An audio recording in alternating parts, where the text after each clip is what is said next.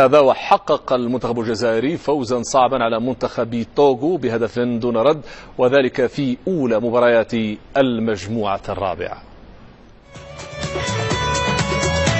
الاتجاه نحو الكاميرون بدأه المنتخب الجزائري من ملعبه. هنا أيضا كانت بداية الخطوات الرسمية الأولى للمدرب الجديد الكراف والوافد الجديد عطال، المنتظر منه إصلاح مشكلة الظهير الأيمن. وضع الصغير سنه جانبا، توغل ومنح سليماني مشروع هدف. إسلام لم يجد الثغرة أمام الحارس باساجيري.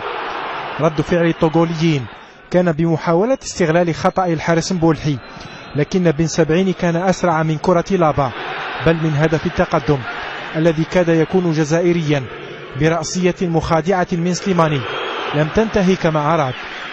اتجه بعدها سليماني إلى التمرير برأسه. وصلت الكرة إلى سفيان هني الذي رفع الكرة والتقدم نحو شباك الطوغو عند الدقيقة 24. ساد الهدوء بعد الهدف إلى غاية الدقائق الأخيرة من الشوط الأول.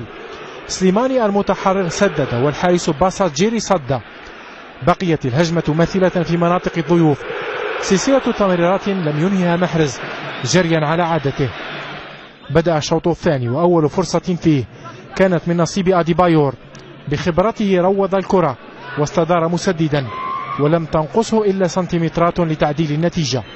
ولم تحمل الدقائق المتوالية أي جديد للمنتخب الجزائري إلا مغادرة البديل كيغولي مصابا، وكاد لابا يعدل النتيجة في آخر الدقائق، إلا أن كرته مرت جانبا، ليحقق بذلك المنتخب الجزائري أول فوز رسمي له تحت قيادة مدربه الجديد الكراف.